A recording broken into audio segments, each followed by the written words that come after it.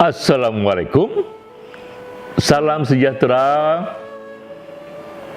Om Swastiastu, Namo Buddhaya, salam kebajikan. Awalnya adalah kearifan, wisdom. Lalu kearifan tersimpan dalam puisi. Ini serial kuliah pendek, Kultum, kuliah 7 menit. Kita menggali kearifan dari kutipan puisi. Kali ini kita menggali puisi dari Khalil Gibran. Ia penyair yang lahir di Lebanon, hidup di tahun 1883 hingga 1931. Ini puisi dari bukunya yang sangat terkenal sekali, The Prophet, Sang Nabi. Buku ini terbit pertama kali tahun 23 di Amerika Serikat dan kini sudah diterjemahkan hampir 100 bahasa. Ia disebut salah satu buku terlaris abad ini.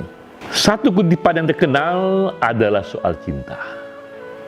Bunyinya, jika cinta memanggilmu, datanglah.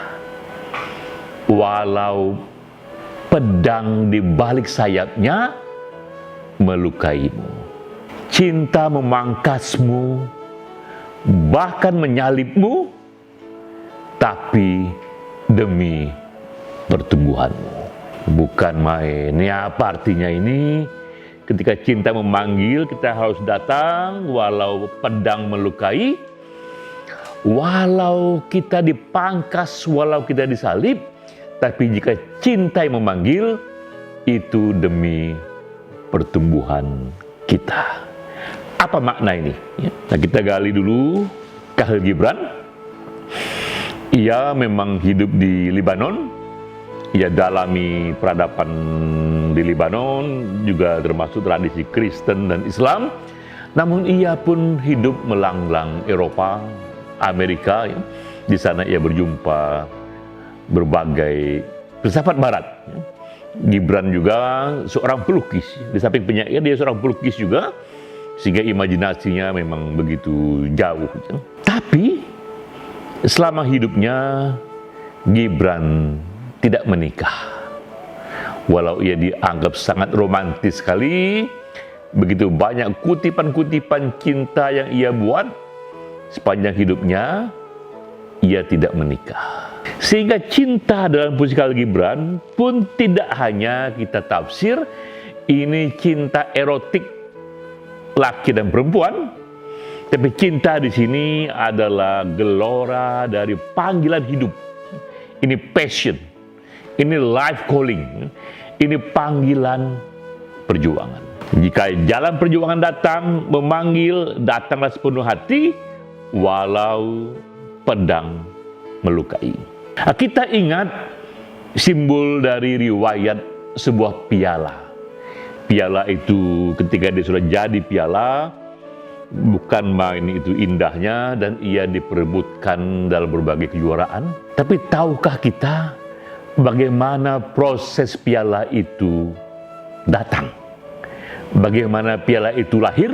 Ia berasal dari satu lempengan tembaga, jika itu piala tembaga. Dan tembaga itu luar biasa.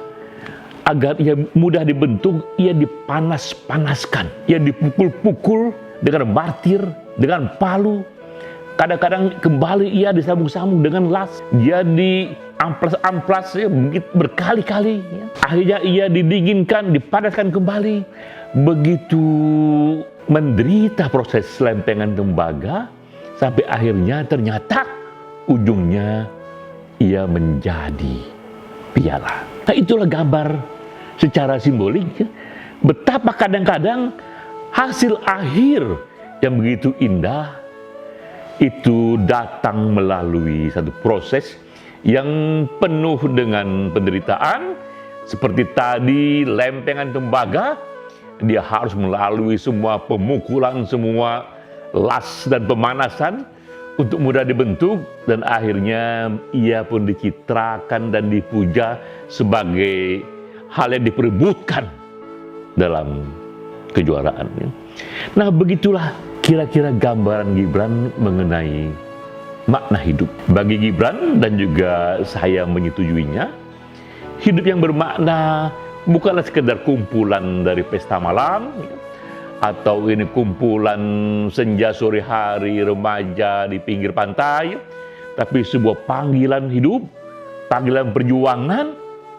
Walau kadang seperti tadi yang Gibran katakan, dalam perjuangan itu di balik sayapnya ada pedang yang melukai kita. Kadang membuat kita ini bermakna, bukan karena ia penuh dengan kesenangannya.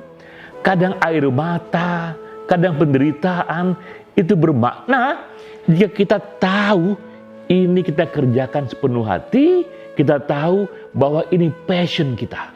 Itulah rahasia hidup yang bermakna, yang orang bilang hidup yang berjuang, tapi kita kerjakan sepenuh hati. Nah, inilah kearifan dari Khalil Gibran, bahwa dalam hidup kita buka mata, bahkan juga buka mata ketiga, mata batin. Carilah panggilan hidup itu, carilah life calling itu, carilah perjuangan itu. Jika dia datang dan kita rasakan memang inilah jalan kita, ikuti saja. Walau jalannya terjar berliku, karena tadi seperti Gibran katakan, kadang cinta memangkasmu, kadang menyalibmu, tapi demi pertumbuhan. Jadi inilah misteri hidup bermakna.